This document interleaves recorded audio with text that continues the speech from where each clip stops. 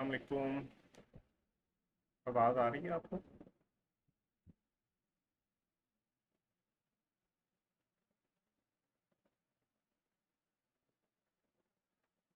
अस्सलाम वालेकुम। अच्छा चलें, आवाज़ आ रही है। आपका आज पहला दिन आई थिंक। और आपने लेक्चर्स ले लिए थे जो मैंने कुछ अपलोड किए थे।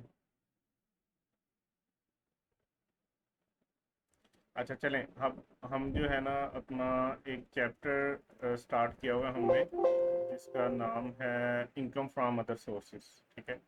तो मैं थोड़ा सा, जब तक दूसरा स्टूडेंट नहीं आता हमारा, तब तक जो है ना मैं थोड़ा सा आपको इसका जो है ना वो समझा देता हूँ कि इसके बारे में थोड़ी सी बेसिक जो है ना वो मैं आपको दे देता हूँ इंफॉर्मेशन।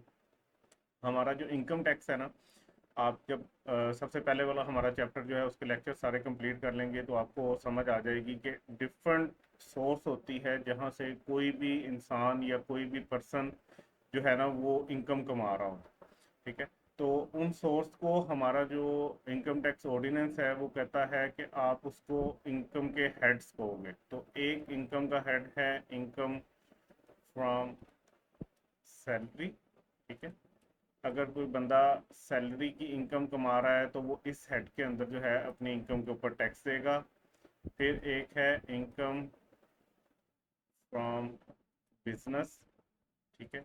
अगर कोई बिजनेस कर रहा है तो उसमें जो वो कमाएगा वो इस हेड के अंदर टैक्स देगा। फिर है इनकम फ्रॉम प्रॉपर्टी। ठीक है। ये हम हेड जो है वो कंप्लीट कर चुके हैं अपना। इसके लेक्चर्स पे मैं अपलोड कर दूंगा, ये भी आप देख लीजिएगा। कोई बंदा अपनी प्रॉपर्टी से अगर कोई कमा रहा है तो उसकी इनकम जाएगी इनकम फ्रॉम प्रॉपर्टी में। जैसे कि रेंट के ऊपर आपने अपना घर दिया हुआ है या आपके पास खाली जगह पड़ी हुई है, उसको आपने पार्किंग के लिए किसी को दे दिया है या किसी ने प्ले ग्राउंड बनाना है उसके लिए दे दिया है, तो वो रेंट वगैरह वाली इनकम इसमें आएगी। फिर एक है इनकम फ्रॉम कैपिटल गेन्स। ठीक है। अगर आपने अपनी कोई ज़मीन बेची है, 100 की ली थी आपने और 120 की बेची है, तो 20 रुपए का आपको जो मुनाफा हुआ है वो आप इस हेड में टैक्स दोगे। ठीक है। ये चार हेड्स के अलावा अगर कोई भी इनकम आ जाती है, इन चार हेड्स में बकायदा तौर पे बताया गया है। ठीक है। लिस्ट किया गया है कि ये इनकम जो है वो आपने इस हेड के अंदर टैक्स करवानी है। इसके अलावा अगर कोई इनकम आ जाती है और हम उसको कहते हैं कि वो इनकम फ्रॉम अदर सोर्स से आई है। ठीक है। तो ये बेसिकली ये जो इनकम फ्रॉम अदर सोर्स वाला है हेड, इसको हम पढ़ने जा रहे हैं अपने इस चैप्टर के अंदर। ठीक है।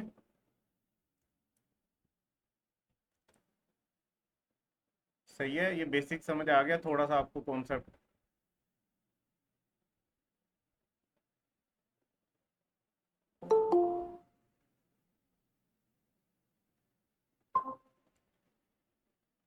अस्सलाम वालेकुम मुबीन। अच्छा, ये नई स्टूडेंट हैं, इनको थोड़ा सा मैं जो है ना वो कल का लेक्चर जो था उसका एक ओवरव्यू दे रहा था। तो बस 5-7 मिनट में मैं इनको ओवरव्यू दे के तो फिर आगे हम चलेंगे। अच्छा, उसके बाद बेसिकली हमारा जो इनकम टैक्स लॉ है, जो इनकम टैक्स ऑर्डिनेंस जिसका नाम है, इसमें सेक्शंस होते हैं। किसी भी कानून को आप पढ़ेंगे ना तो उसमें कुछ सेक्शंस होते हैं। कोई भी कानून की किताब जो होती है ना उसको खास हिस्सों में डिवाइड किया जाता है, जैसे पैराग्राफ्स होते हैं ना, इस तरह हर जो भी कानून होता है ना उसके कुछ सेक्शंस होते हैं। तो ये आपका जो इनकम फ्रॉम अदर सोर्सेज वाला सेक्शन है ना, इसको हम कहते हैं सेक्शन 39। ठीक है। ये डील कर रहा है इनकम फ्रॉम अदर सोर्सेज से। ये कहता है कि इनकम ऑफ एवरी काइंड, किसी भी किस्म की इनकम जो रिसीव हो जाए आपको by a person in a tax year. अच्छा, पर्सन की डेफिनेशन आप जो हमारा सबसे पहले वाला चैप्टर था उसके अंदर आप पढ़ोगी कि पर्सन क्या होता है। पर्सन का मतलब खाली एक इंसान नहीं होता। पर्सन का मतलब टैक्स के अंदर जो है एक ब्रॉडर टर्म है जिसमें इंडिविजुअल आ जाता है, मतलब हम लोग आ जाते हैं, उसमें कंपनी आ जाती है। ठीक है। उसमें एओपी या फर्म आ जाती है। ये सारे जितने भी इंडिविजुअल, कंपनी, एओपी, इसके अलावा भी हैं, वो आप जब पर्सन की डेफिनेशन पढ़ोगे तो आपको समझ आएगी, इन सबको पर्सन कहा जाता है। वो कहता है किसी भी किस्म की इनकम जब रिसीव हो जाए एक पर्सन को एक खास टैक्स ईयर के अंदर, टैक्स ईयर वाला आई थिंक आपने लेक्चर ले लिया होगा, तो टैक्स ईयर के अंदर जब आपको कोई इनकम रिसीव हो जाए, if it is not included in any other head, जब वो किसी और हेड में नहीं जा रही, और वो इनकम एग्जेम्प्ट भी नहीं है कि जिसके ऊपर टैक्स की माफ़ी हो, तो फिर हम उसको कहाँ चार्ज करेंगे? उसको हम चार्ज करेंगे इनकम फ्रॉम अदर सोर्स के अंदर, ठीक है। तो ये इस तरह की कोई इसकी उन्होंने बेसिक सा बता दिया आपको, एक ब्रॉडर सी बात कर दी है कि किसी और हेड ऑफ इनकम में, जैसे इनकम फ्रॉम सैलरी है, इनकम फ्रॉम प्रॉपर्टी है, इनकम फ्रॉम जो है बिजनेस है, इनकम फ्रॉम कैपिटल गेन्स है, उसके अलावा कोई अगर इनकम आ गई और वो एग्जेम्प्ट नहीं है, उसके ऊपर टैक्स की माफ़ी नहीं है, तो वो फिर कहाँ आपने लेके जानी है? वो आपने लेके जानी है इनकम फ्रॉम अदर सोर्स के अंदर, ठीक है।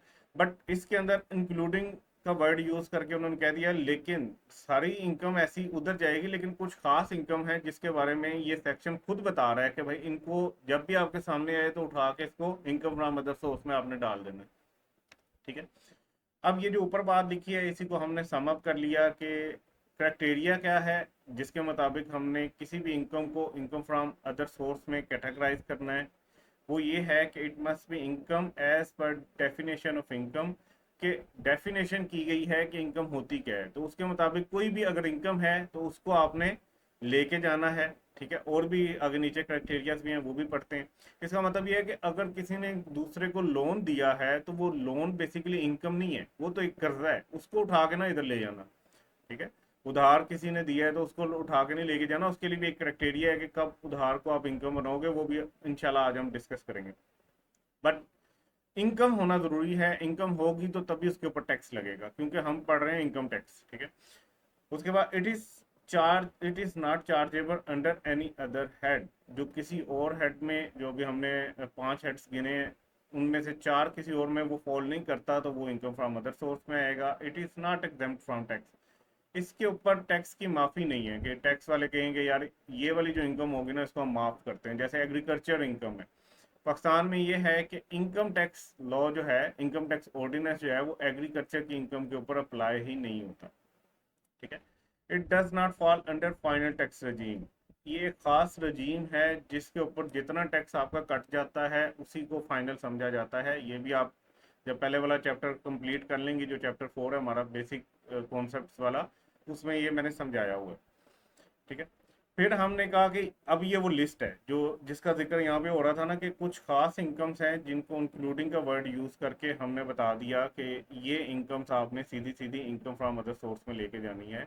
तो सबसे पहले इनकम है डिविडेंड। अच्छा, वैसे डिविडेंड जो है नॉर्मली उसको हम टैक्स करवाते हैं फाइनल टैक्स में, ठीक है। ये भी हमने पहले चैप्टर में डिस्कस किया था, चैप्टर नंबर 4 में। बट अगर आपकी कोई फॉरेन सोर्स इनकम है, यानी कि आपने बाहर की किसी कंपनी में इन्वेस्टमेंट की हुई है और वहां से आपको डिविडेंड आ रहा है, तो वो कहाँ जाएगा? इनकम फ्रॉम अदर सोर्स में। अच्छा, डिविडेंड क्या होता है कि जब आप किसी कंपनी के शेयर्स खरीदते हो तो कंपनी अपने मुनाफे का कुछ हिस्सा अपने शेयर होल्डर्स में तकसीम करती है। उस तकसीम करने वाली जो अमाउंट होती है वो कहते हैं कि डिविडेंड मिल गया इसको, ठीक है। फिर सेकंड है रॉयल्टी। आपने एक ब्रांड खड़ा किया, आपने उस ब्रांड को खड़ा करने के बाद किसी को जो है ना वो आपने अलाउ कर दिया कि आप फ्रेंचाइज खोल लें या मेरा नाम यूज कर लें, बदले में आप जो उससे पैसे लेते हो उसको कहते हैं रॉयल्टी, ठीक है। तो रॉयल्टी से जो भी इनकम आ रही होगी वो कहाँ जा रही होगी? इनकम फ्रॉम अदर सोर्स में। फिर है प्रॉफिट ऑन डेट। आपने किसी को जो है वो पैसे दिए उधार और उसके ऊपर सूद लिया, तो वो सूद जो है वो आपका कहाँ चला जाएगा? इनकम फ्रॉम अदर सोर्स में। ये आगे इसी चैप्टर के अंदर हम मजीद डिटेल में डिस्कस करेंगे 7B में कि ये कैसे हो रहा होता है चार्ज। अच्छा, फिर है additional payment on delayed refund under any law, कि अगर कोई आपको रिफंड मिलना था टैक्स वालों की तरफ से और उसके ऊपर आपको एडिशनल पेमेंट मिल गई तो वो भी यहाँ जाएगी। अब ये एग्जांपल आज मैं लेक्चर अपलोड कर दूंगा कल वाला, उसमें मैंने ये डिटेल में समझाई थी, तो आप ये एक दफ़ा देखेंगे तो आपको समझ आ जाएगी। फिर है ग्राउंड रेंट। अच्छा, ये ग्राउंड रेंट जो है ये लिंक है इनकम फ्रॉम प्रॉपर्टी में, ये कॉन्सेप्ट हमने पढ़ा था उसके साथ लिंक हो रहा है, ठीक है। तो इनकम फ्रॉम प्रॉपर्टी के भी आपको लेक्चर लेने पड़ेंगे और ये भी लेना पड़ेगा, तो उसके बाद आपको समझ आएगी कि ये जो ग्राउंड रेंट होता क्या है और ये कहाँ पे जा रहा होता है, ये भी इनकम फ्रॉम अदर सोर्स में जा रहा होता है। अच्छा, अब ये अभी आपने इनको याद कैसे करना है? अभी आपने सिर्फ ये जो मैं पॉइंट्स बता रहा हूँ ना, आपने इनको याद कर लेना है। ठीक है, अगर समझ नहीं आ रही जब तक आप लेक्चर्स कंप्लीट नहीं कर रहे तो तब तक शायद समझ ना आए, बट आपने इनको सिर्फ पॉइंट वाइज याद कर लेना है। तो अभी के लिए इतना ही काफ़ी है। ठीक है, फिर ये है रेंट फ्रॉम दी सब लीज ऑफ लैंड और प्रॉपर्टी। ये भी जो रेंट आपको मिलेगा जब आपने सब लीज पे लैंड और प्रॉपर्टी दे दी, तो ये भी कहाँ जाएगा? इनकम फ्रॉम अदर सोर्स में। ठीक है, इसकी भी एग्जांपल कर ली थी हमने। उसके बाद है income from lease of any building together with plant and machinery. ये वाला कॉन्सेप्ट पूरा हमने इनकम फ्रॉम प्रॉपर्टी में पढ़ा था बड़ी डिटेल में। ठीक है, तो ये जब आप वो लेक्चर्स लेंगे तो आपको ये भी समझ आ जाएगा। फिर है income from provision of amenities utilities और any other service connected with the rent of the building, renting of the building. तो ये भी कॉन्सेप्ट बिल्कुल इसके साथ हमने वहाँ पे ही पढ़ा था इनकम फ्रॉम प्रॉपर्टी में। तो ये भी आपको वो वाले लेक्चर्स कंप्लीट करने के बाद समझ आ जाएगा। अच्छा, अब आगे चलते हैं। इसके बाद हमने कहा कि अगर आपको कोई एन्युटी और पेंशन मिल जाए, मतलब आप कहीं पे काम कर रहे थे, ठीक है, और वहाँ से अगर आपको आपका एम्प्लॉयर जिसने आपको काम पे रखा हुआ था आपकी रिटायरमेंट के बाद अगर कोई पेंशन देता है तो वो जाती है इनकम फ्रॉम सैलरी में। लेकिन कुछ ऐसी स्कीम्स गवर्नमेंट ने लॉन्च की हुई हैं जिसमें एक खास एज होती है, उन लोगों के लिए होती है जो लोग रिटायर हो गए हैं, तो उनके लिए खास रेट्स के ऊपर खास सूद के रेट्स होते हैं, थोड़े ज़्यादा होते हैं नॉर्मल से। उसके ऊपर स्कीम्स लॉन्च की होती हैं कि वो बेचारे जो बुजुर्ग हैं वो अपने पैसे हमारे पास इस स्कीम में सेव करें, यहाँ पे हमारे पास रखवाएं, तो हम उसके ऊपर अच्छा खासा रिटर्न या सूद या इंटरेस्ट देंगे उनको। तो अगर वो आपका एम्प्लॉयर नहीं है और आपने किसी स्कीम में इन्वेस्टमेंट की हुई है, तो वो जो इनकम आएगी वो भी पेंशन इनकम ही कहलाएगी, लेकिन वो अपने एम्प्लॉयर से नहीं मिल रही होगी, तो उसको हम कहेंगे इनकम फ्रॉम अदर सोर्स से ही आई। फिर अगर आपको जुए का शौक है और आप कोई जो है ना वो शर्त वगैरह जीतते हैं और उससे जो आपको पैसे मिलते हैं, यानी कि आपने प्राइस बॉन्ड खरीदे हैं, उसमें से आपका इनाम निकल आया, आपने रेफर जो है इसको विन किया है, आपकी कोई लॉटरी निकल आई है, आपने कोई क्वेश्चन से फार्म मुस्तफाक शो में क्वेश्चन का आंसर दिया, उसने आपको कोई जो है ना वो पैसे पूसे दे दिए, या कोई प्राइस दे दिया। ठीक है, या कोई आप कंपनी की प्रमोशन करते हैं सेल के लिए और बदले में वो आपको कुछ प्राइस ऑफर करते हैं, या आपने क्रॉसवर्ड पजल जो है वो जीती है, तो ये सारे पैसे कहाँ पे जाएंगे? ये आपकी इनकम समझी जाएगी और इनकम फ्रॉम अदर सोर्स में जाएंगे। Then any amount receive for the provision use और exploitation of property including the grant of a right to explore natural resources। आपके घर के नीचे एक खजाना है और आपको इस चीज़ का पता नहीं है, अगर किसी ने या गवर्नमेंट ने या किसी कंपनी ने आपको कहा कि भाई आपके घर के नीचे खजाना है, तो आप हमें ये खजाना निकालने दें, इसके बदले में हम आपको कुछ अमाउंट दे देंगे।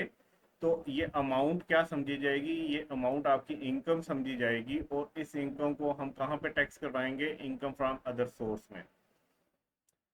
देन है कि सेम इसी से लिंक है ये भी। ठीक है, आपके घर के नीचे खजाना था और उन्होंने कहा कि भाई हमें ये खजाना निकालने दो। आपने कहा भाई मुझे क्या मिलेगा, मेरे घर की तोड़ फोड़ करने जा रहे हो आप, ठीक है, मेरी प्रॉपर्टी को आप खराब करने जा रहे हो। तो उन्होंने कहा भाई जितना हम खजाना निकालेंगे उसका 10%, 12%, 15% हम आपको देंगे।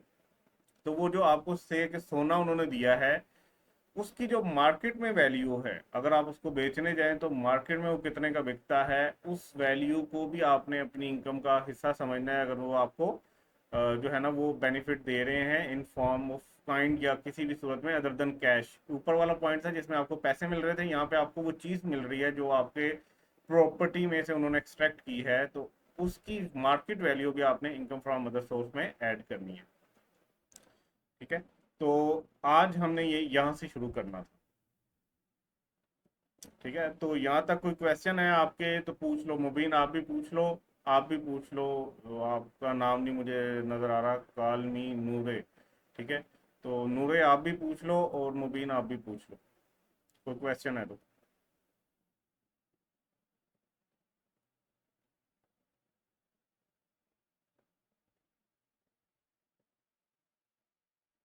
राइट, आपके बच्चे को क्वेश्चन हो।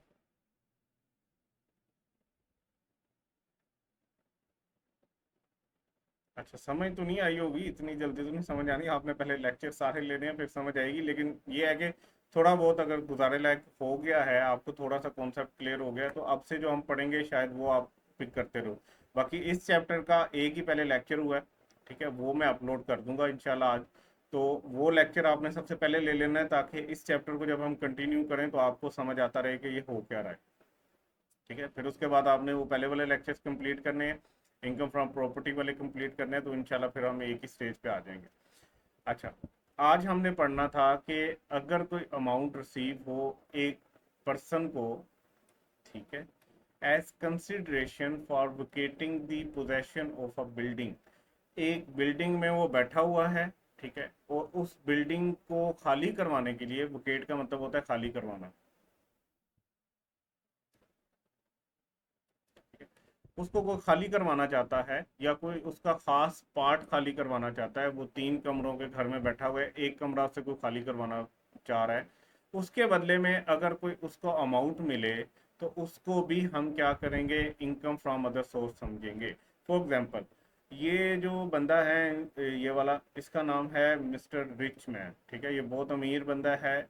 इसने एक प्रॉपर्टी देखी, ठीक है, वो इसको प्रॉपर्टी बहुत अच्छी लगी, और इसने कहा कि यार मैं यहाँ पे इस प्रॉपर्टी में अपना, जो वो हो सकता है एक प्लाजा, उसे हम कहते हैं एक बहुत बड़ा प्लाजा था, तो मिस्टर रिच मैन ने कहा कि इस प्रॉपर्टी को मैं खाली करवाऊंगा, इस प्लाजे को मैं खाली करवाऊंगा, और यहाँ पे मैं एक इंटरनेशनल लेवल का एक मॉल बनाऊंगा, ठीक है, तो जहाँ से मुझे बड़ा पैसा मिलेगा और बड़ा मुनाफा मिलेगा। अब इसने पता किया तो इसको पता लगा कि ये प्रॉपर्टी जो है वो इस time mister less rich man के पास है, जो अमीर है लेकिन इससे थोड़ा कम अमीर, ठीक है, तो ये यहाँ पे इसने डिफरेंट शॉप्स वगैरह खोली हुई हैं अपनी, और वहाँ पे ये अपना कारोबार कर रहा है, ठीक है। तो mister rich man mister less rich man के पास आया कि भाई ये जो आपकी इस टाइम आपके पास है ना ये बिल्डिंग, अब हो सकता है ये इसने रेंट पे ली हो मिस्टर लेस रिच मैन ने, ठीक है, ये जो आपके पास एक प्रॉपर्टी है, एक बहुत बड़ा प्लाजा है, ये ना मुझे चाहिए, मैं यहाँ पे अपना कारोबार करना चाहता हूँ। तो मिस्टर लेस रिच मैन ने कहा कि भाई वजह, मैं तो लीगली यहाँ पे बैठा हूँ, मैं आपको क्यों दूंगा, ठीक है, तो ये नहीं मान रहा था। अब मिस्टर रिच मैन ने कहा कि सर आप ऐसा करें, आप मेरे से 1 मिलियन रुपए ले लें, ठीक है, आप ये जो है बिल्डिंग खाली करें, यहाँ पे 2 गलियां पीछे जाएंगे एक और ऐसी बिल्डिंग है, वो ले लें, ठीक है, तो मुझे ये बहुत ज़रूरी चाहिए, मैं यहाँ पे प्लान करके बैठा हूँ, मेरे पास इन्वेस्टर है, मैंने कोई कारोबार करना है, या कोई भी रीज़न हो सकती है जिसकी वजह से मिस्टर रिच मैन ये खाली करवाना चाहता है, या इसका कोई सर्टन पोर्शन खाली करवाना चाहता है, तब भी काम चल जाएगा। तो ये मान गया, इसने कहा ओके आप मुझे 1 मिलियन दे दें, ठीक है, ये 1 मिलियन रुपीज है, सही को डॉलर में भी दे सकता है, किसी भी अमाउंट करेंसी में दे सकता है, बट ये पैसे मिस्टर रिच मैन ने मिस्टर लेस रिच मैन को किस लिए दिए, कि वो इस प्रॉपर्टी को विकेट कर दे, ठीक है, खाली कर दे। ये पैसे जो थे, ये अब क्या है, इस बंदे की इनकम बन गई है, ठीक है, इसने कुछ भी नहीं किया, इसने सिर्फ एक काम किया, इसने प्रॉपर्टी खाली की है, उसके बदले में इसको ये 1 मिलियन मिल गया, तो ये इसकी इनकम है। हम इसको कहाँ पे टैक्स करेंगे, हम इसको टैक्स करेंगे इनकम फ्रॉम अदर सोर्स में, ठीक है। तो जब साल गुजरा, तो इसने अपनी इनकम के ऊपर टैक्स देना था, सो इसने ये 1 मिलियन के, जब अपने जो है ना टैक्स एडवाइजर के पास गया, तो इसने बताया कि भाई मुझे 1 मिलियन मिले थे, मैंने उस जो है ना वो प्लाजा को छोड़ा था इस पर्पस के लिए कि वहाँ पे एक और बंदा आकर रहना चाहता था, तो उसने मुझे 1 मिलियन दिए थे। तो इसका जो टैक्स कंसल्टेंट था उसने कहा कि सर ये तो आपका इनकम फ्रॉम अदर सोर्स में जाएगा, इसके ऊपर आपको टैक्स देना पड़ेगा, ये आपकी इनकम है।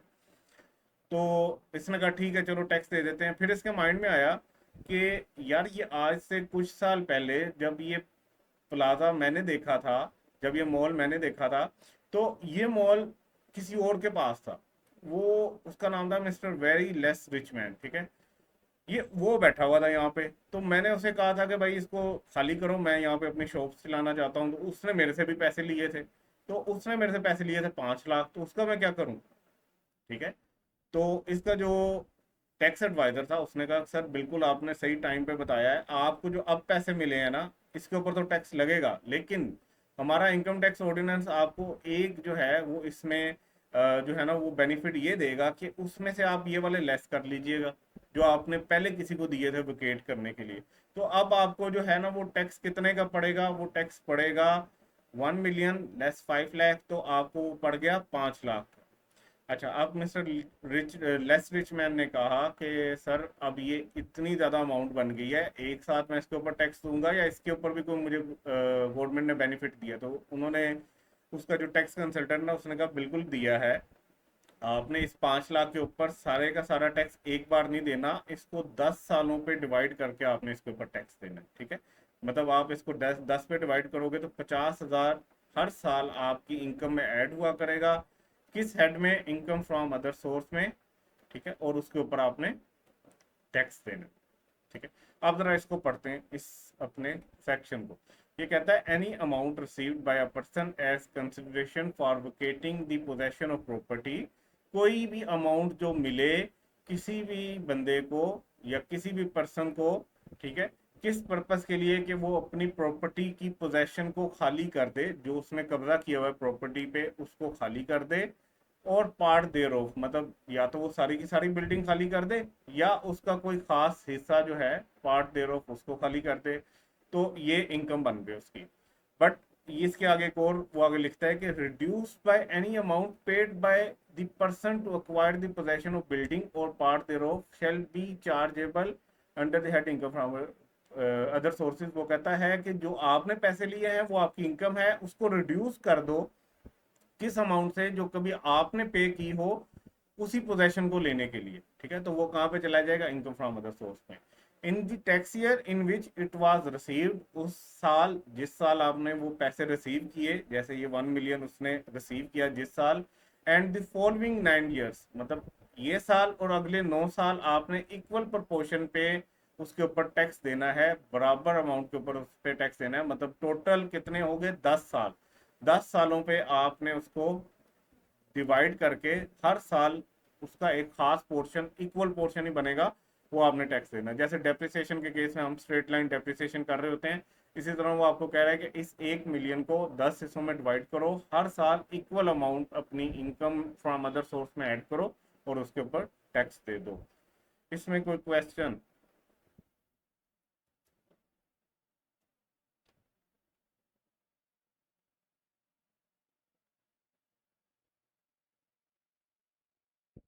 आपका कोई क्वेश्चन? आप एक सबसे पहले तो अपना नाम मुझे बताएं, मुझे आपका एग्जैक्ट नेम नहीं पता।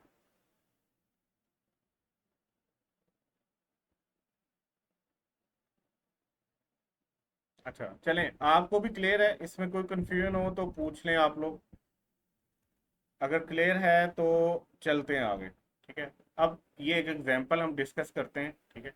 अभी आपने ये आंसर नहीं देखना, आप लोगों के पास आई होप के कैलकुलेटर्स भी होंगे और नोट्स भी आप लोगों ने रखे होंगे, तो ज़रा इसको हम जो है ना वो डिस्कस करते हैं।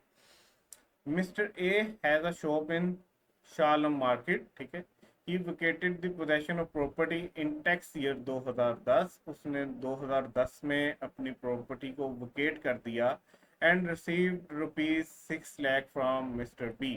सो एक मिस्टर जो है वो ए है, ठीक है, और एक जो है वो मिस्टर बी है। अब ये इसके पास एक प्रॉपर्टी थी, ठीक है, इसने इस प्रॉपर्टी को वेकेट कर दिया है, ठीक है? और ये वेकेट करने के लिए इसने इससे पैसे लिए हैं, वो लिए हैं 6 लाख रुपया, ठीक है? तो इसने इसको ये हैंड ओवर कर दी property. Earlier in 2005, tax year 2005 में ये सारा काम कहाँ पे हो रहा है? टैक्स ईयर 2010 के अंदर। और टैक्स ईयर 2005 के अंदर जो था, ये काम ऐसे हुआ था कि मिस्टर ए ने पे किए थे 2 लाख रुपए मिस्टर एस से, ठीक है? एक और बंदा है मिस्टर एस, ठीक है, उससे इसने ये वकेट करवाई होगी और बदले में उसको कितने पैसे दिए होंगे? 2 लाख रुपया। तो आपने अब कैलकुलेट करनी है income of mister A chargeable to tax for the tax year 2010। अब ये जो मिस्टर ए को, जिसको अब पैसे मिले हैं ये 6 लाख रुपए, इसकी आपने इनकम जो है वो कैलकुलेट करनी है, ठीक है, टैक्स ईयर 2010 की। तो आप मुझे बताओ कि कितने देने पड़ेंगे? अब ये आंसर ना देख लेना, इस साल इसकी कितनी इनकम जाएगी इनकम फ्रॉम अदर सोर्स में?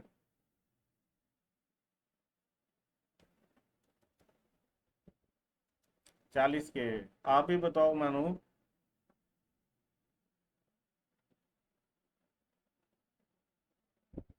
ठीक है, तो ये तो होगी 40 के। ये कैसे निकली? 6 लाख माइनस 2 लाख, ठीक है, डिवाइडेड बाय 10, तो हर साल ये जानी है। अच्छा मुझे ये बताओ कि टैक्स ईयर 2011 में इसकी कितनी जाएगी इनकम फ्रॉम अदर सोर्स में इनकम?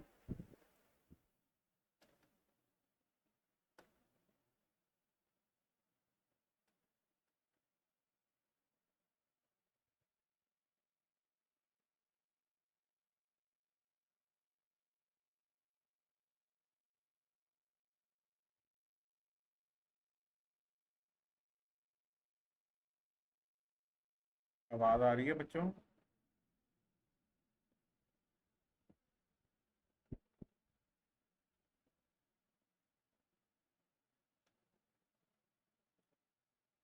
ये चीज, ये 36 36 3 ये कैसे निकला? मुबीन आपका आंसर तो ठीक है, मनूर आपका ये आंसर कैसे निकला है?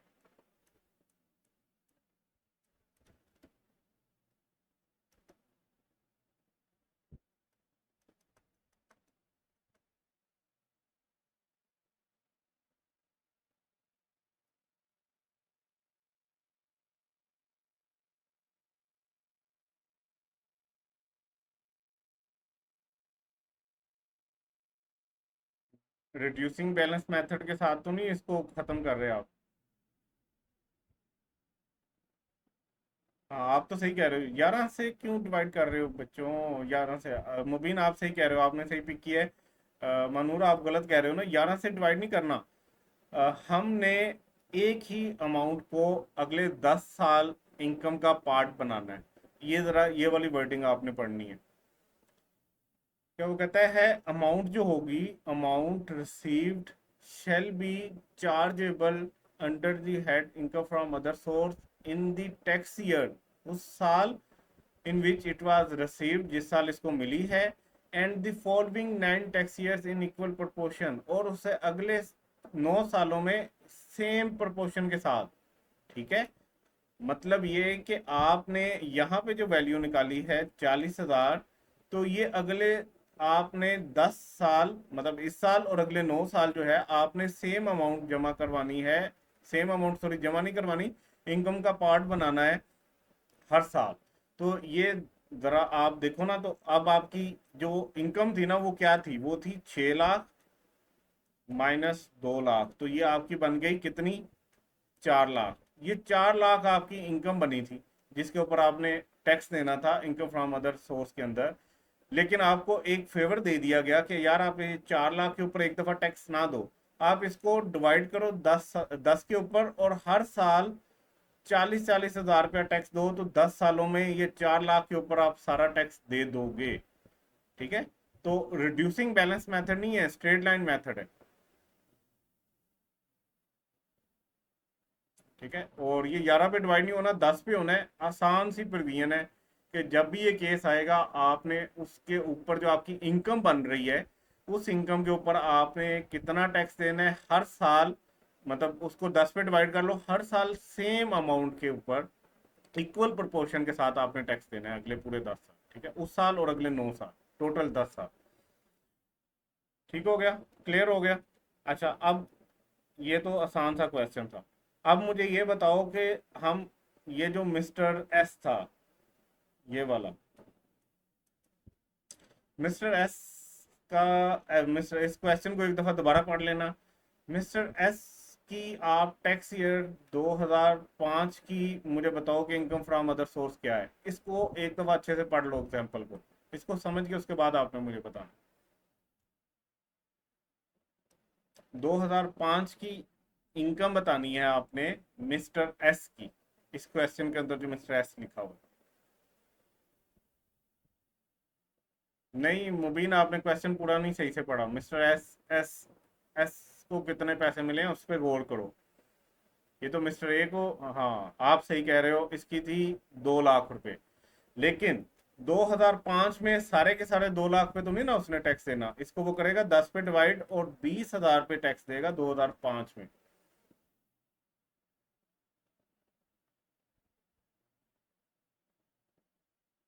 मुबीन समझ आई?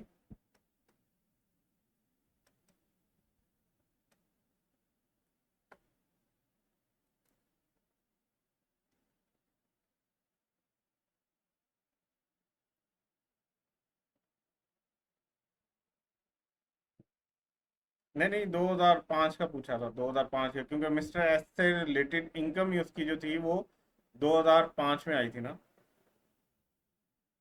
ठीक है, आप समझ आ गए। 2 लाख था, लेकिन 2 लाख का 2 लाख सारा 2005 में टैक्स नहीं हुआ होना, उसको 10 के ऊपर डिवाइड करके हमने हर साल जो है वो उसका जो है आप कह लो कि 10 हिस्सों में से एक हिस्सा जो है हर साल टैक्स करवाना है। चलो आगे चलते हैं। अगला पॉइंट है कि any amount received from approved income payment plan और annuity plan under voluntary pension system rules 2005।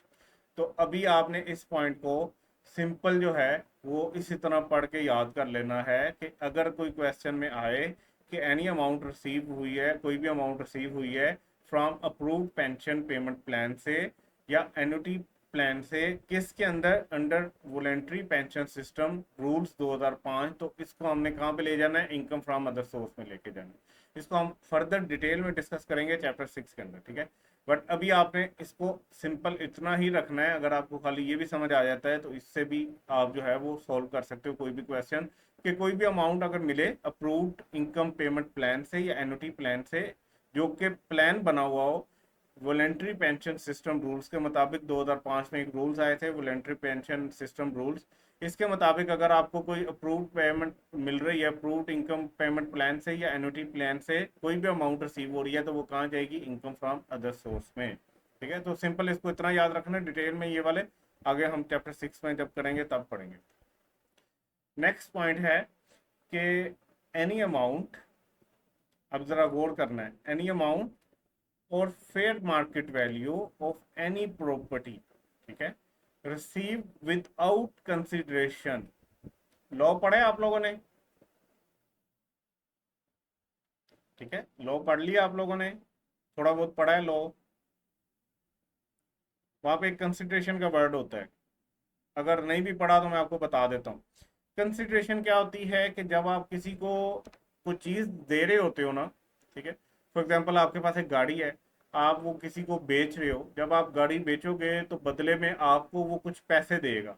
वो पैसे क्या है, वो बेसिकली कंसिडरेशन है, कि इस कंसिडरेशन के अगेंस्ट मैंने ये इससे गाड़ी खरीदी है।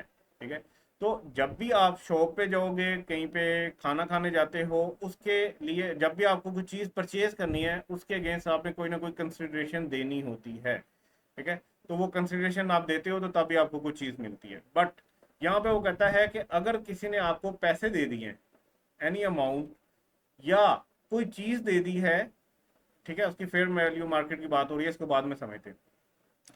आपको किसी ने कोई पैसे दे दिए या कोई प्रॉपर्टी दे दी है और विदाउट कंसिडरेशन दी है, ठीक है, मतलब आपसे उसने कोई पैसे नहीं लिए, उसके बदले में उसने आपको गाड़ी दे दी। तो जब आपको कोई फ्री में चीज दे रहा हो तो उसको हम क्या कहते हैं आसान अल्फाज में, कि भाई उसने आपको गिफ्ट दे दिए।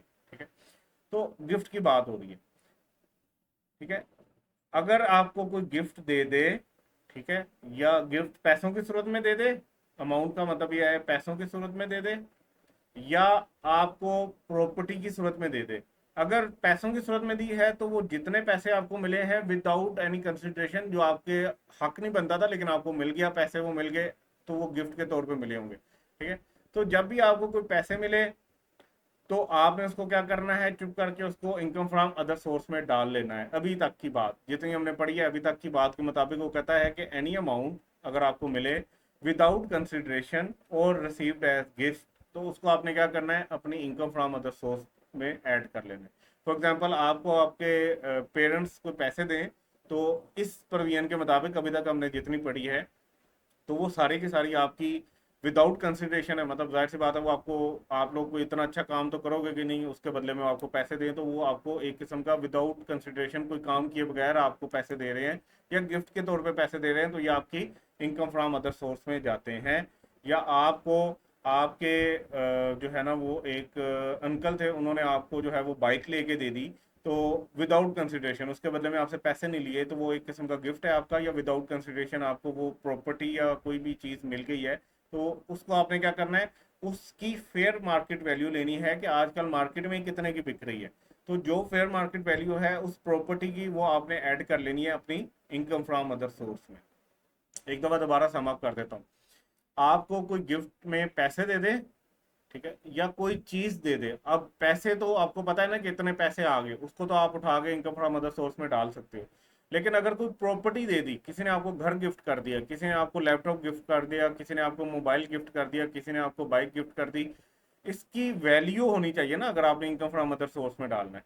तो उसकी जो मार्केट वैल्यू, मतलब मार्केट में जितने की वो चीज बिक रही है, उतनी वैल्यू उठा के आपने इनकम फ्रॉम अदर सोर्स में डाल देनी है। क्यों? क्योंकि आपने कोई काम नहीं किया, आपने उसके बदले में कोई कंसिडरेशन नहीं दी, आपने कोई पैसे नहीं दिए, तो आपको वो विदाउट एनी कंसिडरेशन चीज मिली है या पैसे मिले हैं, या उस कह के दिया है आपको कि भाई ये मैं आपको गिफ्ट दे रहा हूं, तो वो आपकी इनकम फ्रॉम अदर सोर्स में जाता है। लेकिन however, लेकिन ये इतना सिंपल नहीं है। however, if gift is received from a relative, अगर आपको किसी रिश्तेदार से गिफ्ट मिले, जो कि बकायदा तौर पे रिश्तेदारों की भी डेफिनेशन बताई हुई है हमारे इनकम टैक्स ऑर्डिनेंस में कि रिश्तेदार होते क्या हैं, वो हम चैप्टर 5 में पढ़ेंगे। अभी आप रिश्तेदार क्या समझ लो, अभी आप समझ लो, आप आपके पेरेंट्स आपके रिश्तेदार समझे जाएंगे, आपके बहन भाई आपके रिश्तेदार समझे जाएंगे, ठीक है। अभी हम इतने सिंपल रखते हैं। तो अगर कोई गिफ्ट आपको मिल जाए आपके रिश्तेदारों की तरफ से, तो it will not be included in the income from other source, तो फिर उसको यहाँ से हम एक्सक्लूड कर देंगे। इसका मतलब क्या है कि फॉर एग्जाम्पल ये गिफ्ट है जो मिला है, अगर तो ये मिला है आपके रिलेटिव से, ठीक है, तो ये इनकम नहीं है। लेकिन अगर ये किसी फ्रेंड से मिला है या किसी भी और बंदे से मिला है, तो फिर ये क्या है, आपकी इनकम फ्रॉम अदर सोर्स है। Is it clear? ये वाला पॉइंट क्लियर है?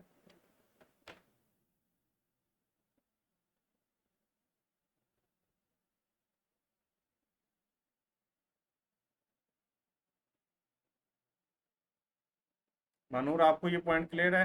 कोई क्वेश्चन है आप लोगों का तो पूछ लो इसमें से।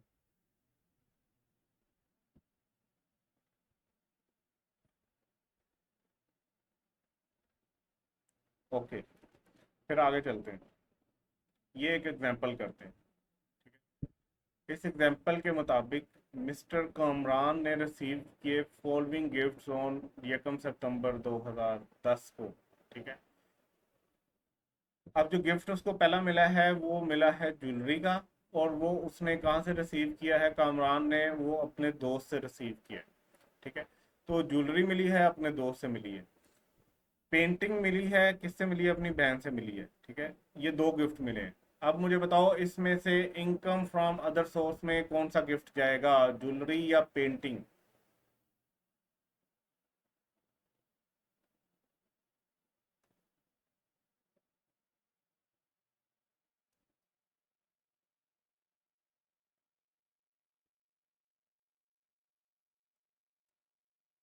तो ये मुबीन, क्यों ये जाएगा उसमें इनकम फ्रॉम अदर सोर्स में?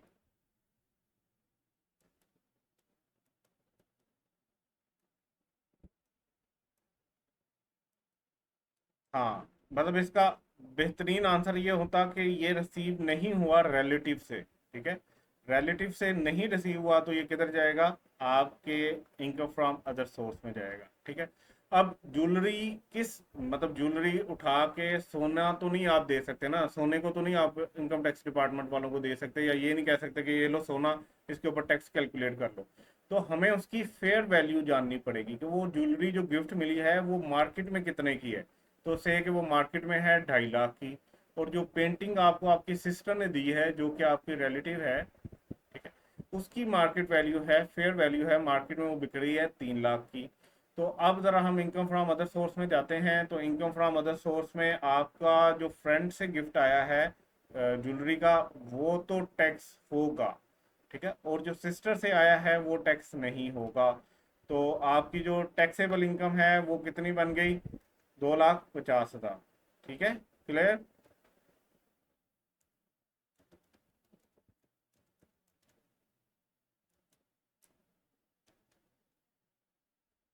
ठीक हो गया, आगे चलते हैं।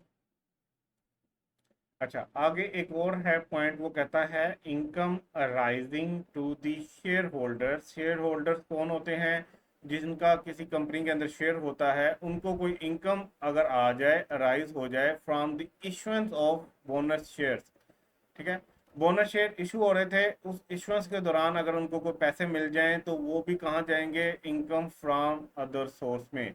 बेसिकली हम वो कुछ पॉइंट्स डिस्कस कर रहे हैं, जो जो इनकम जो है इनकम फ्रॉम अदर सोर्स में जानी है, उन पॉइंट्स को हम डिस्कस कर रहे हैं।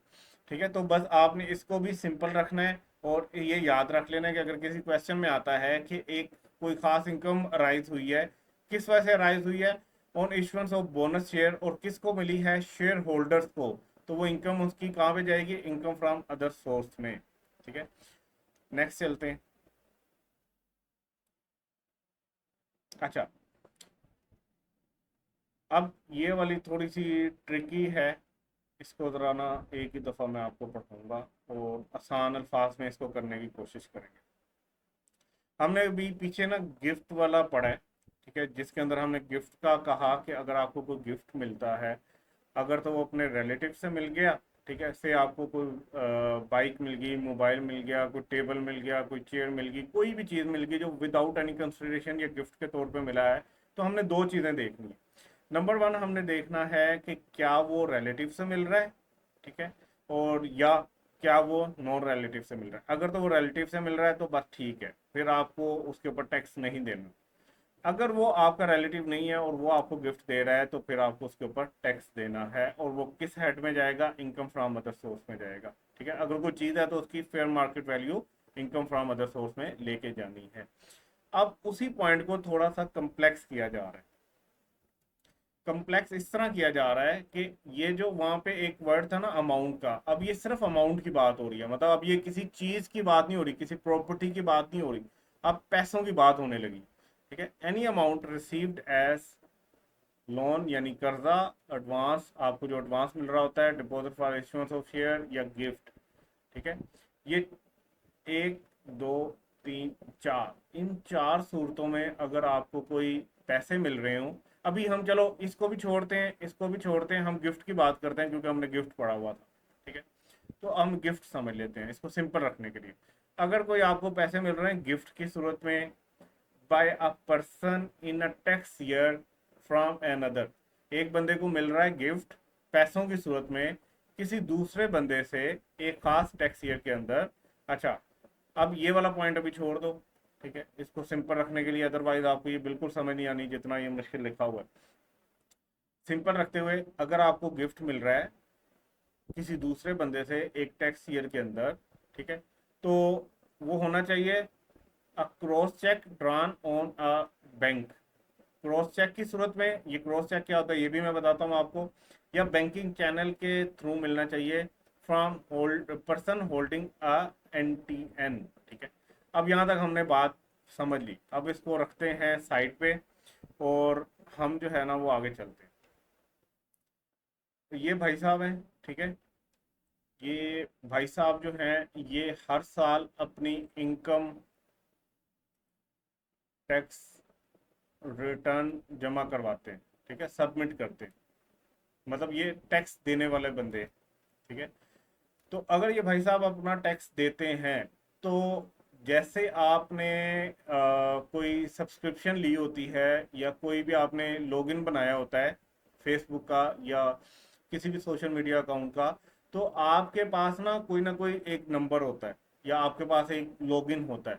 सेम वही लॉगिन ना इस बंदे के पास भी होगा, ताकि ये इनकम टैक्स की वेबसाइट पे जा सके और अपनी रिटर्न फाइल कर सके। ठीक है, जब भी कोई बंदा रजिस्टर होता है FBR के साथ, फेडरल बोर्ड ऑफ रेवेन्यू, जो कि इनकम टैक्स को डील करता है, तो उसको एक नंबर अलॉट कर दिया जाता है जिसको कहते हैं NTN, नेशनल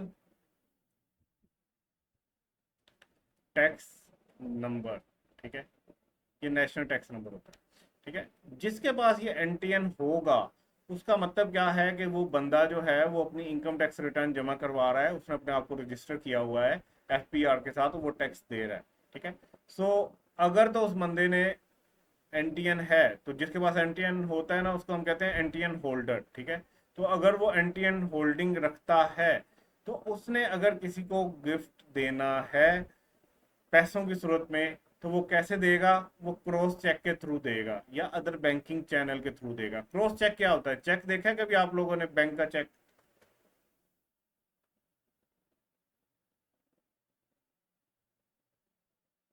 पक्की बात है, आप लोगों ने चेक देखा है? अकाउंट अकाउंट तो नहीं होना आप लोगों का भी, चेक देखा होना है। एक चेक होता है कागज जिसके ऊपर आप पैसे लिखते हो, तो वो पैसे बैंक के पास आप लेके जाओ तो वो बैंक वाले आपको पैसे दे देते हैं आपके ही निकाल के, ठीक है? तो ये से क्या हम कहते हैं, ये चेक है। इस चेक के ऊपर यहाँ पे ना आप उस बंदे का नाम लिख दो जिसको आपने देना है, से अली को आपने पैसे देने हैं। यहाँ पे आप अमाउंट लिख लो कि से 10 रुपये आपने उसको देने हैं, और यहाँ पे आप अपने साइन कर दो। तो ये एक चेक है, ठीक है? ये एक चेक है।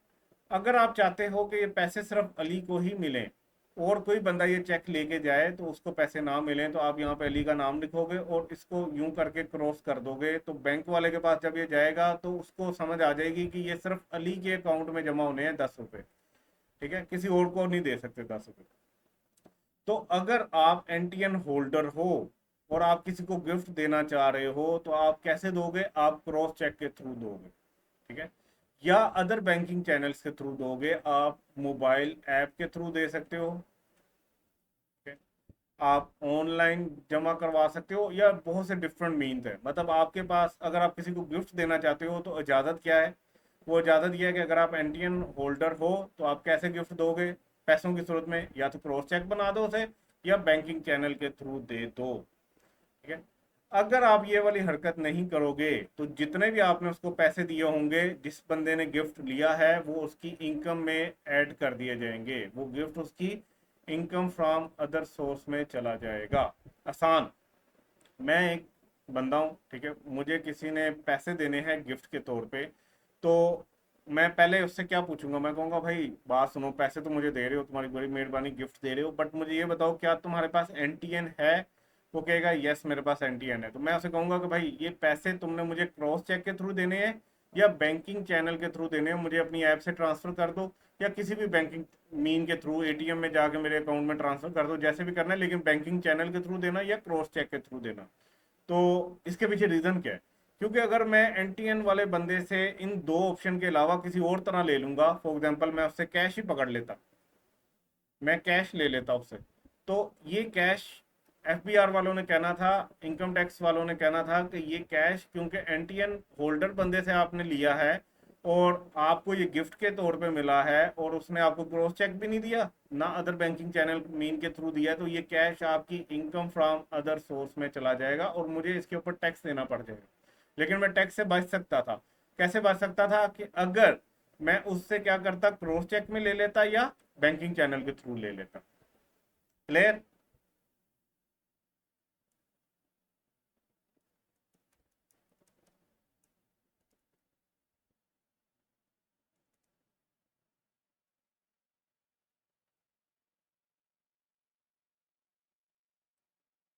बच्चों क्लियर है?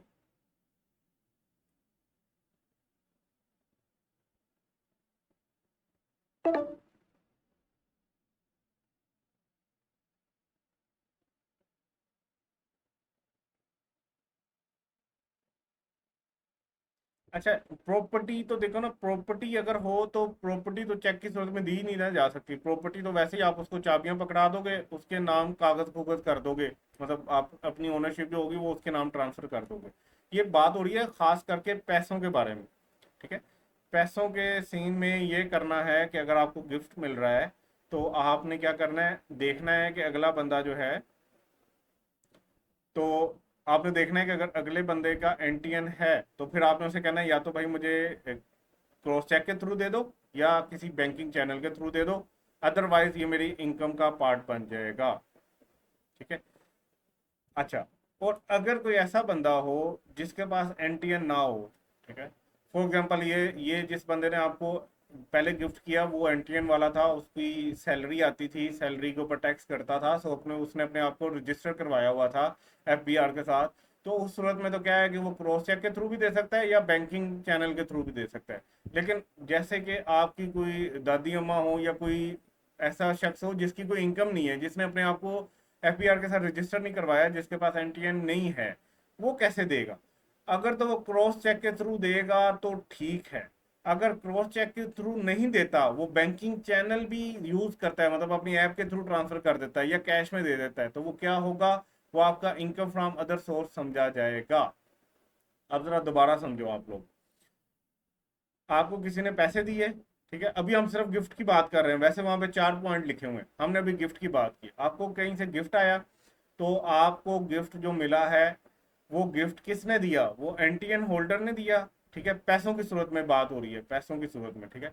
वो एनटीएन होल्डर में दिया तो वो आना चाहिए क्रॉस चेक के थ्रू या अदर बैंकिंग चैनल के थ्रू। अगर तो इन दोनों तरीकों से आया है तो गुड है, ठीक है, अच्छी बात है, फिर आपको उसके ऊपर टैक्स नहीं देना पड़ेगा।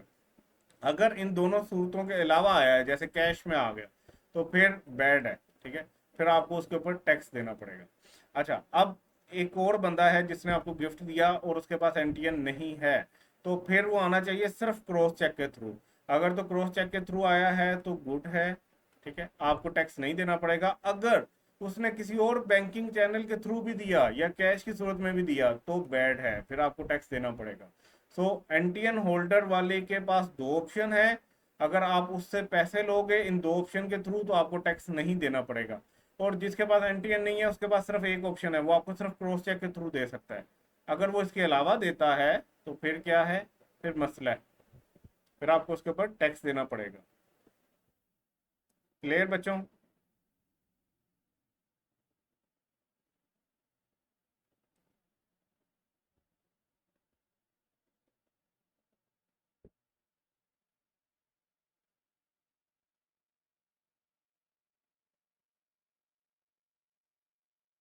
अगर एनटीएन वाला बंदा कैश में देगा तो फिर भी आपको उसके ऊपर टैक्स देना पड़ेगा। क्यों? क्योंकि एनटीएन वाले बंदे के पास सिर्फ दो ऑप्शन है, या वो क्रॉस चेक बना के दे या बैंकिंग चैनल यूज करे।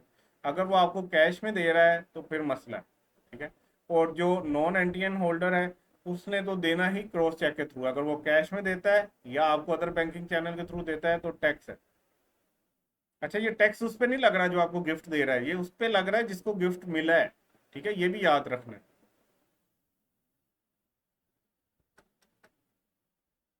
क्लियर है बच्चों? आगे चलें। चलो, अब जरा वापस चलते हैं। ये जो हमने बात पढ़नी थी और मैंने इसको थोड़ा आसान करने के लिए मैं आगे ले गया था। अब हमने अभी बात की कि ये वाला जो असूल हमने पढ़ा है ये सिर्फ गिफ्ट की सूरत में हमने पढ़ा, क्योंकि मैंने गिफ्ट की बात की। लेकिन ये सेक्शन कहता है कि जब भी आपको कोई अमाउंट रिसीव हो, वो चाहे लोन की सूरत में रिसीव हो, एडवांस की सूरत में रिसीव हो, आपको डिपॉजिट मिले कि आपने उसके बदले में शेयर इशू करने हैं, या गिफ्ट मिले, ये चार सूरतें हैं, इन चारों पे यही रूल अप्लाई होना है। By a person in a tax year from another person, एक पर्सन को कुछ पैसे मिले हैं, वो किस सूरत में मिल सकते हैं? लोन की सूरत में, एडवांस की सूरत में, डिपॉजिट मिले कि भाई इसके बदले में मुझे शेयर इशू कर दो, ये गिफ्ट की सूरत में, ठीक है। तो otherwise then cross cheque drawn on a bank और banking channel from a person holding NTN shall be treated as income from other source। और अगर वो क्रॉस चेक की सूरत में मिलता है तो क्रॉस चेक के आगे देखो एनटीएन का जिक्र नहीं है, इसका मतलब है क्रॉस चेक की सूरत में कोई भी दे दे काम चल जाएगा। लेकिन अगर बैंकिंग चैनल की सूरत में मिलता है तो सिर्फ एनटीएन होल्डर बैंकिंग चैनल के थ्रू दे सकता है, अदरवाइज जो है ये भी नहीं माना जाएगा। तो वो सही है। अदरवाइज अगर हुआ इन दो सूरतों के अलावा तो वो आपकी इनकम का हिस्सा समझा जाएगा। अभी अभी भी मुश्किल है वर्डिंग, मुझे पता है ये अभी भी मुश्किल है, लेकिन हम इसको समरी से याद कर लेंगे। समरी क्या है कि if a person is holding NTN, he should make the payment to anyone through following mode. वो क्रॉस चेक के थ्रू दे सकता है और अदर बैंकिंग चैनल के थ्रू दे सकता है। और अगर एक बंदे के पास एनटीएन नहीं है तो वो सिर्फ क्रॉस चेक के थ्रू दे सकता है। अदरवाइज अगर वो देगा तो वो जिस बंदे को रिसीव हुई है उसकी इनकम में ऐड हो जाएगा, इनकम फ्रॉम अदर सोर्स में, ठीक है। ये सेम कर्जे के ऊपर भी है कि अगर आपने कर्जा किसी से ले लिया और वो बंदे से आपने क्रॉस चेक के थ्रू नहीं लिया कर्जा, तो ये कर्जा नहीं मानेंगे एफबीआर वाले, इनकम टैक्स वाले, वो कहेंगे ये आपकी इनकम है, ठीक है। अगर आपने कर्जा ही उसको समझना है तो फिर उसको क्रॉस चेक के थ्रू लेके आओ। क्लियर? लेकिन एक चीज और मैंने यहाँ पे छोड़ी थी कि ये सारी प्रोविजन अप्लाई नहीं होगी किस पे? बैंकिंग कंपनी पे या फाइनेंशियल इंस्टीट्यूट पे। देखो, बैंक वाले आपको कर्जा कैश की सूरत में भी दे सकते हैं। बैंक वाले आपको जो है ना वो उनके ऊपर ये अप्लाई नहीं होता। बैंक वालों के लिए ज़रूरी नहीं है कि आप उनसे बैंक से कर्जा लो तो आप उनको कहो कि भाई आप जो है ना वो हमें क्या करोगे, क्रॉस चेक की सूरत में दो। वो आपको कर्जा वैसे भी दे सकते हैं, आपको आपके अकाउंट में ट्रांसफर करके दे सकते हैं। सो उनके लिए ये प्रोविजन एप्लीकेबल नहीं है। ठीक है, बाकी लोगों के लिए एप्लीकेबल है। क्लियर? या वो बैंक बैंक वाले अब जो है ना कर्जा ले भी तो रहे होते हैं। आप लोग बैंक में जाते हो पैसे जमा करवाने, तो एक किस्म का कर्जा दे रहे हो ना बैंक को। बैंक उसके ऊपर आपको इंटरेस्ट देता है, सूद देता है। तो आप तो जाके कैश ही जमा करवाओगे। अगर आप कैश नहीं जमा करवाओगे तो बैंक वालों का तो काम ही रुक जाएगा। बैंक वालों ने तो हर बंदे से पकड़ने हैं पैसे। ठीक है, तो बैंक वालों के ऊपर ये अप्लाई नहीं होगा। बैंक या जो फाइनेंशियल इंस्टीट्यूशन है उन पे अप्लाई नहीं होगा, बाकी सब पे ये अप्लाई होना है। क्लियर हो गया बच्चों?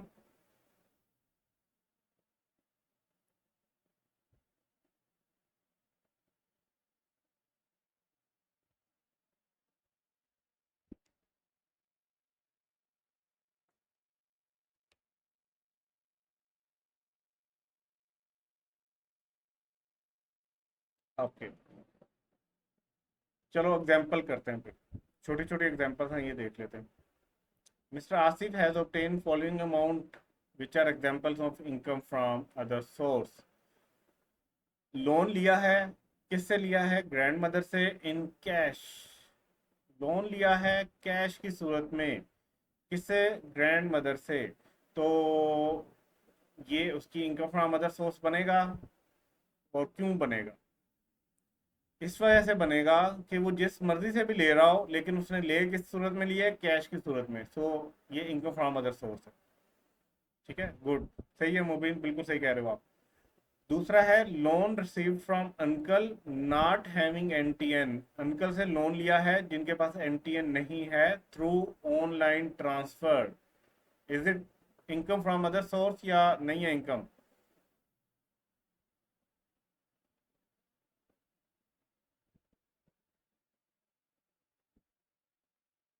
हाँ बिल्कुल, ये भी इनकम में जाएगा। रीजन क्या है?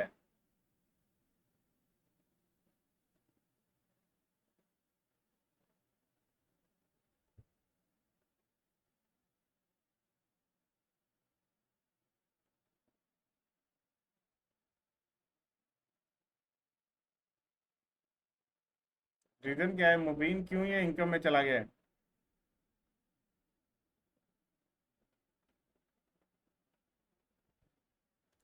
इनकम में क्यों चला गया है, हालांकि उसने ऑनलाइन ट्रांसफर किया है? फिर क्यों इनकम में चला गया? हाँ, ये नॉन एनटीएन वाला था, बिल्कुल सही, correct. Gift receive from mother in cash.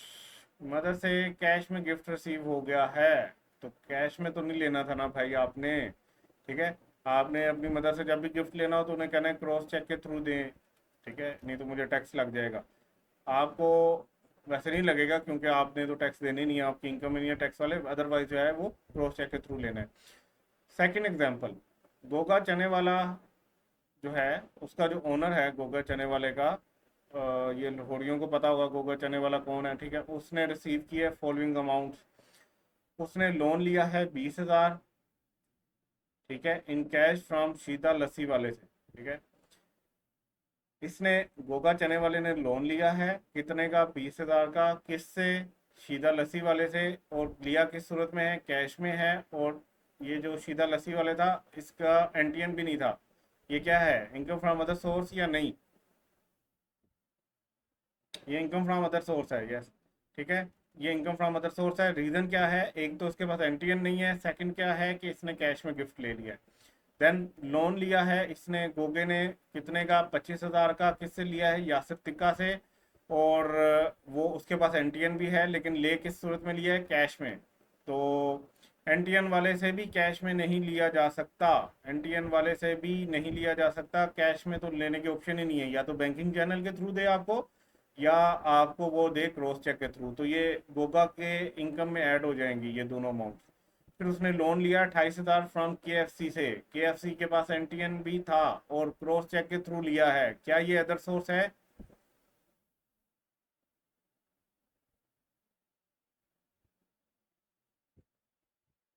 नहीं, ये अदर सोर्स नहीं है, क्योंकि केएफसी एनटीएन होल्डर था और उसने क्रॉस चेक के थ्रू दिया है, तो फिर ठीक है, ये कर्जा ही समझा जाएगा। Loan loan of 30,000 is receive from फज्जा पाई वाले से, not having NTN through online transfer, is it income from other source? Income from other source है कि नहीं? ये भी होगा इनकम फ्रॉम अदर सोर्स। क्यों? क्योंकि इसके पास एनटीएन नहीं था। ये अगर देना चाहता हो तो सिर्फ क्रॉस चेक के थ्रू देता। ठीक है, ऑनलाइन ट्रांसफर से दे रहा है, तो ये अदर इनकम में इसको समझा जाएगा, अदर सोर्स में। अच्छा, उसके बाद है a newly launch company has issued shares, the share holders made full payment in cash. ठीक है, amount receive from share holder is chargeable to head income from other source. ये जो ऊपर हमने प्रोविजन पढ़ी थी कि अगर आपने किसी से पैसे लिए शेयर इशू करने के अगेंस्ट और वो कैश में ले लिए, तो वो भी क्या समझा जाएगा, उस कंपनी की इनकम समझी जाएगी। सो यही यहाँ पे भी कह रहा है कि ये भी इसकी एग्जांपल है कि अगर आपने शेयर्स इशू करने हैं और बदले में आपने कैश में पैसे ले लिए, तो इनकम फ्रॉम अदर सोर्स में समझा जाएगा कंपनी के। सो अब टाइम कम है, बल्कि टाइम खत्म ही हो गया है, इसको खत्म करते हैं। ये भाई बबलू है, इसने अगर तो गिफ्ट रिसीव करना है इन काइंड, पैसों के अलावा, ठीक है, तो आपने दो चीजें देखनी है। नंबर एक, क्या ये रिलेटिव से मिला है या रिलेटिव से नहीं मिला? ठीक है, ये अगर रिलेटिव से मिला है तो फिर तो ओके है। अगर रिलेटिव से नहीं मिला तो टैक्स होगा इनकम फ्रॉम अदर सोर्स से। अच्छा, अगर इसने गिफ्ट लिया है कैश में, तो रिलेटिव भी देखना है, नॉन रिलेटिव भी देखना है, प्लस ये भी देखना है कि क्या वो एनटीएन होल्डर है। अगर एनटीएन होल्डर है तो क्रॉस चेक से मिला है या बैंकिंग चैनल से मिला है, अगर तो इनसे मिला है तो ओके है। अगर नहीं मिला तो फिर इनकम फ्रॉम अदर सोर्स है। और अगर ये कैश रिसीव हुआ है नॉन एनटीएन होल्डर से और क्रॉस चेक के थ्रू जो है वो नहीं हुआ, अगर तो क्रॉस चेक के थ्रू है तो okay, otherwise income from other source है। चलो, टाइम मेरा कंप्लीट हो गया, इंशाल्लाह कल यहाँ से ही हम कंटिन्यू करेंगे। अपना ख्याल रखिएगा, अल्लाह हाफिज़।